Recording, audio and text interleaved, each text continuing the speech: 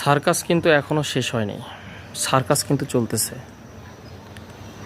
মূলত রিটের যেই ব্যাপারটা ছিল বন্ধ নিয়ে, ছুটি নিয়ে, সেটা চেম্বার জজ আদালত এটা হচ্ছে আবার স্থগিত করে দিয়েছে। কিন্তু এটা নিয়ে কিন্তু আবার শুনানি হবে। এটা নিয়ে শুনানি হওয়ার কথা ছিল, আজকে ফাইনাল রেজাল্ট আসার কথা ছিল। কিন্তু আজকে শপথ অনুষ্ঠানের কারণে মূলত 1:15 পর্যন্ত 1:15 পর্যন্ত আজকে হচ্ছে মানে হাইকোর্টের কার্যক্রম চলেছে, যার কারণে আজকে একটা সিদ্ধান্ত আসার কথা ছিল, সেটা আসে নাই। তো সম্ভবত এটা আগামীকাল আবার পূর্ণাঙ্গ শুনানি হবে। শুনানি হওয়ার পরে কিন্তু ইয়েস নট ভেরি গুড যেটাই হোক একটা রেজাল্ট আসবে।